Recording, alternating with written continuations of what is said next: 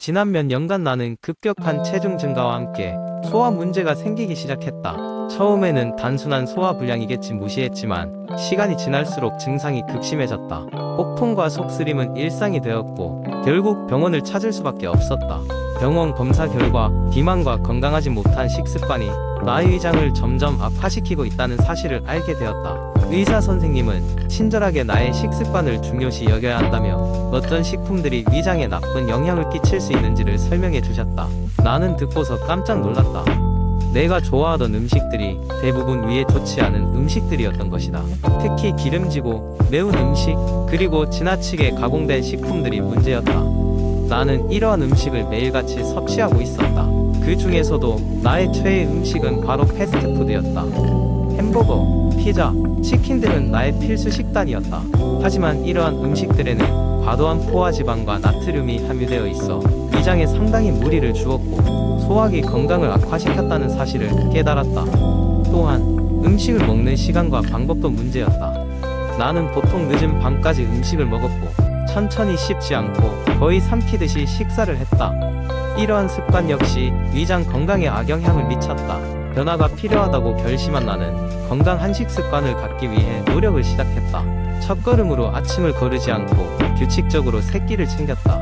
또한 점심과 저녁 식단에서는 신선한 채소와 저지방 단백질을 늘리기 시작했다. 정크푸드 대신 과일과 너트류를 간식으로 선택했다. 그리고 음식을 먹을 때는 천천히 꼭꼭 씹어 먹으며 저녁 식사는 잠자기 몇 시간 전에 마치는 습관도 들였다. 물론 처음에는 이러한 변화를 지속하기 어렵기도 했고 군침 도는 패스트푸드의 유혹을 이겨내기 힘들었다. 하지만 점차 몸의 변화와 함께 건강의 회복을 느끼기 시작했다. 복통과 속쓰림은 사라졌고 몸도 가벼워졌다. 나중에 검사를 받았을 때 의사 선생님으로부터 위장이 많이 좋아졌다는 말을 들었을 때 매우 기뻤다. 이 경험을 통해 깨달은 점은 건강한 식습관은 꾸준한 노력과 인내를 필요로 한다는 것이었다. 그리고 잘못된 식습관이 얼마나 빠르게 위장을 악화시킬 수 있는지를 배우게 되었다.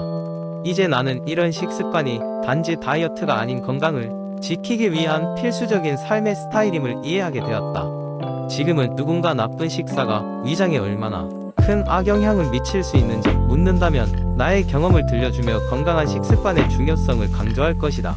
두 번째 이야기. 어느 봄날 분주한 도시 속에서 마주한 스트레스로 가득 찬 삶을 변화시키기 위한 도전이 시작되었다. 주인공 민경은 전형적인 현대인처럼 하루하루 쌓여가는 업무와 끝없는 인간 관계 속에서 자신을 잃어가는 기분을 느낌과 동시에 스트레스로 인해 신체적, 정신적으로 피폐해져감을 느끼고 있었다.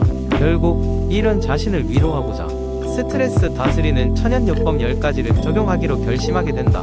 첫 번째 요법은 명상이었다.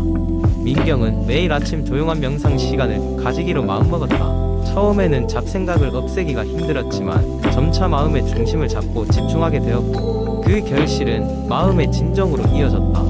두 번째는 아로마 테라피로 민경은 라벤더와 레몬 오일을 사용하여 안정을 찾고 기분을 상쾌하게 만들었다. 작은 유리병에 담긴 향기로운 오일은 민경의 침실과 작업 공간에 새로운 활력을 불어넣었다. 세 번째는 규칙적인 운동이었다. 일주일에 3번은 반드시 요가와 조깅을 실천하라는 자기와의 약속이었다. 땀을 흘리고 나면 스트레스가 물러가고 에너지가 몰려오는 것을 느꼈다. 네 번째는 자연과의 교감이었다. 민경은 가까운 공원이나 숲을 찾아가 자연의 소리를 들으며 산책을 하곤 했다. 자연은 그 자체로 가장 강력한 힐링 코스였다. 다섯 번째 요법은 건강한 식단 유지였다. 채소와 과일 위주로 식사를 꾸리고 특히 아보카도와 베리류를 섭취하며 몸과 정신이 더욱 균형을 찾을 수 있었다. 여섯 번째는 충분한 수면이다. 매일 같은 시간에 잠들고 일어나는 규칙적인 삶의 패턴을 유지하는 것이 생각보다 몸과 마음에 큰 안정감을 가져다 주었다. 일곱 번째는 창의적인 활동. 민경은 그림을 그리거나 글을 쓰는 창작 활동을 시작했다. 자기 표현의 자유로움을 통해 스트레스를 해소하는 것이었다. 여덟 번째 요법은 사회적 교류였다. 사람들과의 따뜻한 대화를 나누거나 공감대를 형성하는 것만으로도 심리적인 안정을 찾을 수 있었다. 아홉 번째는 호흡 운동이다. 복식 호흡을 통해 빠르게 마음을 진정시키고 집중력을 높이는 훈련이었다. 마지막으로 10번째는 음악이었다. 민경은 하루 일과가 마무리되면 부드러운 음악을 들으며 하루의 피로를 씻어내는 시간을 가졌다. 이 과정에서 민경은 단지 스트레스를 줄이는 것뿐만 아니라 자신을 더 깊이 이해하고 자연과 조화를 이루는 삶의 방식을 터득하게 되었다. 시간이 지나면서 민경은 더욱 긍정적이고 활기찬 삶을 살게 되었고, 이는 주변 사람들에게도 좋은 에너지를 전파하는 계기가 되었다. 그렇게 민경은 자연이 주는 사소한 것들로부터 힐링을 얻는 법을 몸소 실천하며 행복한 삶을 향해 나아가고 있었다. 세 번째 이야기. 어느 작은 마을에 늘 바쁘게 사는 사람들이 모여 사는 곳이 있었습니다. 사람들은 일과 가사 그리고 온갖 일들로 인해 쉴 틈 없이 지쳐가고 있었죠. 점점 더 많은 사람이 스트레스로 인해 몸과 마음이 불편해지고 있었지만 그럴수록 자신을 돌보는 데에는 무감각해졌습니다. 그러던 어느 날 마을에 한 노인이 산책을 나오게 됩니다. 이 노인은 평소에 명상을 통해 마음을 다스리고 몸의 균형을 유지하는 사람이었죠.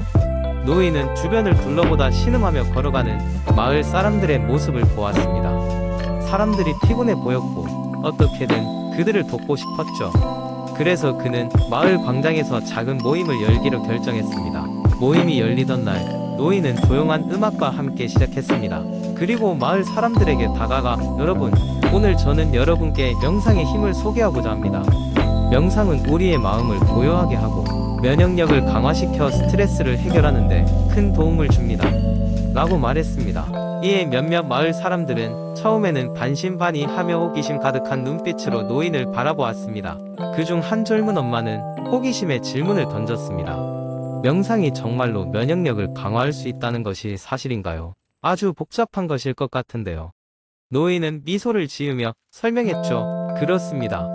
명상은 우리의 몸이 스스로 치료할 수 있도록 도와줍니다. 우리는 일상의 걱정과 스트레스를 모두 가라앉히고 마음의 고요함을 유지함으로써 면역 체계가 원활히 작동할 수 있는 환경을 만들어주는 것이지요. 또한 규칙적인 명상은 스트레스 호르몬인 코르티솔 수치를 줄여주어 결과적으로 우리의 건강에 긍정적인 영향을 미칩니다. 마을 사람들은 차츰 노인의 말을 이해하기 시작했고 그는 기본적인 명상법을 가르치기 시작했습니다. 우리 다 함께 자리에서 편안히 앉아 눈을 감고 코끝으로 들어오는 공기와 나가는 공기를 느껴봅시다. 깊게 숨을 들이마시고 천천히 내쉬면서 머릿속에 있는 모든 걱정을 흘려보냅시다. 모임이 끝난 후 마을 사람들은 놀랍게도 마음이 훨씬 가벼워진 것을 느꼈고 몇몇은 스스로도 명상을 지속적으로 연습하기로 결심했습니다. 시간이 흐르자 그들은 점차 자신의 변화하는 건강 상태에 놀라게 되었죠. 스트레스로 인한 불편함이 사라지고 면역력이 강화되어 감기와 같은 질병에도 잘 걸리지 않게 되었습니다. 마을은 점차 더 활기차고 즐거운 곳으로 변모하게 되었습니다. 사람들은 피곤한 얼굴 대신 미소를 띠기 시작했고 서로에게 명상을 권장하며 건강한 생활을 이어갔습니다. 그 노인은 계속해서 명상을 가르치며 마을 사람들과 함께 날마다 더 나은 삶을 살아갔습니다. 이 이야기는 비단 그 마을뿐만 아니라 우리 모두에게도 유효한 것입니다. 현대사회에서 스트레스는 피할 수 없는 부분이지만 명상을 통해 좀 더 건강하고 행복한 삶을 살 수 있음을 일깨워주는 것이죠. 네 번째 이야기. 제 이름은 민수입니다. 운동이라고는 학교 체육 시간이 전부였던 제가 홈 트레이닝에 빠져들게 된 이야기를 들려드릴게요. 대학교를 졸업하고 사무실에 앉아있는 시간이 늘어나면서 체력이 급격히 떨어졌다는 것을 느꼈습니다. 처음에는 일 때문에 스트레스가 많아서 그런가 보다 했지요. 다리도 종종 붓고 허리도 뻐근해지기 시작했어요. 그러던 어느 날 회사 매니저님이 말했습니다. 홈트레이닝 이런 거 한번 해봐. 처음에는 매니저님의 권유를 듣고 정말 할 수 있을까 하는 마음이었어요. 저도 집에서 뭔가 체계적으로 운동한다고 생각해 본 적도 없고 운동기구도 전혀 없었거든요. 하지만 그날 저녁 집에 돌아와 인터넷 검색을 시작했죠. 다양한 홈트레이닝 프로그램과 유튜브 영상들이 쏟아져 나왔습니다. 그중 초보자용 하루 10분 홈트레이닝이라는 제목이 눈에 들어왔습니다. 처음 따라한 건 스쿼트였습니다. 쉬워 보였는데 꽤나 힘들더군요. 10번 하고 나니 다리에 힘이 풀려 푹 주저앉을 뻔했죠. 그렇게 하루가 시작되었습니다. 매일 10분을 목표로 한 동작씩 시도하기로 했습니다. 스쿼트, 런지, 플랭크까지 영상을 보면서 따라했지만 제대로 하고 있는 건가 하는 생각이 계속 들었습니다. 한 달 정도가 지나자 작은 변화가 나타났습니다. 체력도 조금씩 좋아지는 걸 느낄 수 있었고, 거울에 비친 제 모습도 눈에 띄게 달라지기 시작했어요. 배가 좀 덜 나와 보이고 팔에도 근육이 생기는 느낌이 들었습니다. 그때부터 하루 10분이 점점 20분, 30분으로 늘어나기 시작했죠. 자연스럽게 식단에도 신경을 쓰게 되었습니다. 처음에는 운동만 열심히 하면 되겠지 했는데 식단도 중요한 부분이더군요. 화이트보드에 각종 채소와 단백질 위주의 식단을 적어놓고 그것들을 차근차근 지켜나갔습니다. 가끔씩 치킨이나 피자도 먹고 싶었지만 목표를 향한 열정과 함께 포기할 수 없다는 각오가 더 강했어요. 시간이 지나면서 제 스스로에게 놀라운 변화가 일어나기 시작했습니다. 주변 동료들도 민수씨 요즘 뭐해? 라고 물어볼 정도로요. 무엇보다 스스로 뿌듯했습니다. 도전이 나를 이렇게 바꾸어 놓을 줄은 정말 몰랐어요. 이제는 홈 트레이닝이 저의 일상 중 일부가 되었습니다. 매일 조금씩 새로운 운동을 추가하고 더 나은 버전의 제가 되기 위해 끊임없이 노력하고 있습니다. 여러분도 충분히 할 수 있습니다. 그저 시작이 어려울 뿐이에요. 작게나마 첫 발을 내딛는다면, 그리고 꾸준히 하는 마음을 가진다면 홈 트레이닝으로 자신을 변화시킬 수 있습니다. 그리고 그 변화는 분명 여러분에게 자신감을 더해줄 거예요.